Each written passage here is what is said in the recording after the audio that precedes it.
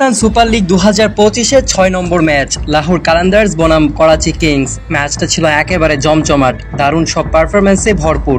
কিন্তু সবার নজর কেড়ে নিলেন বাংলাদেশি তরুণ স্পিনার রিশাদ হোসেন। বল হাতে যেন আগুন ঝরালেন। প্রথম শিকার শান মাসুদ। রিশাদের ঘূর্ণিতে ব্যাটার পুরো বিভ্রান্ত হয়ে গেল। টেস্ট ম্যাচের মতো নিখুঁত লাইন লেন্থ। পাকিস্তান সুপার লিগে এরকম বল দেখতে কজন পারে। এরপর ফেরান ইরফান খানকে বুদ্ধিদীপ্ত শর্ট লেন্থ বল, ব্যাটে টাচ আর সহজ ক্যাচ। তৃতীয় উইকেটটা ছিল আরও স্মার্ট। আব্বাস আফ্রিদি করে দিয়ে রিশাদ দেখিয়ে দিলেন উনি শুধু ডট বলের বোলার না, উইকেট টেকারও। 4 ওভারে 26 রান দিয়ে 3 উইকেট। স্পিনে এমন নিয়ন্ত্রণ, এমন আগ্রাসন পিএসএলে দেখা যায় না রোজ রোজ। আন্তর্জাতিক মানের পারফরম্যান্স, এক কথায় দুর্দান্ত। তার আগে ব্যাট হাতে ঝড় তুলেছিল লাহোর কালান্দার্স। ওপেনার ফখর জামান খেলেন 76 রানের ধৈর্যশীল অথচ বিধ্বংসী ইনিংস। 47 বলে 6-4 আর 5-6-এর মার। তার সঙ্গে ড্যারেল মিচেল 75 রান মাত্র 41 বলে। 9-4 আর 6-2-6-এ সাজানো এক তাণ্ডব ইনিংস।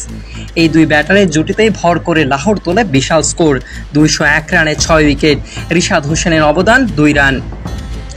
করাচি কিংসের টার্গেট ছিল বড়, আর শুরুতেই করাচি টপ অর্ডারে ধস। ওয়ার্নার আউট হন দ্বিতীয় বলে ভিনসু ডাকে। এরপর যেটুকু চেষ্টা তা খুশদিল শাহের 39 রানে সীমাবদ্ধ।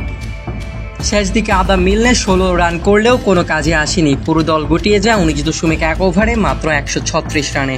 বল হাতে শাহিন শাহ আফ্রিদি নেন 3 উইকেট, সিকান্দার রাজা 2টি, আর আমাদের রিশাদ হোসেন নেন গুরুত্বপূর্ণ 3 উইকেট। করাচির ব্যাটিং লাইন আপ এক প্রকার ধ্বংস হয়ে যায় এই বোলিং আক্রমণে।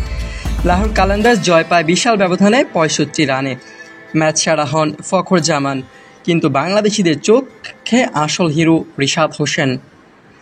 এই ম্যাচে রিশাদ যেভাবে পারফর্ম করলেন তাতে বোঝা যায় বাংলাদেশি স্পিনাররাও এখন বড় মঞ্চে ঝড় তুলতে পারে। এটাই সময়, এটাই সুযোগ। রিশাদ হোসেন, তুমি গর্ব। বন্ধুরা, এমন পারফরমেন্স দেখতে চাইলে ভিডিওটি লাইক দাও, চ্যানেলটি সাবস্ক্রাইব করো আর কমেন্টে জানাও রিশাদের কোন ডেলিভারি তোমার কাছে প্রিয় ছিল।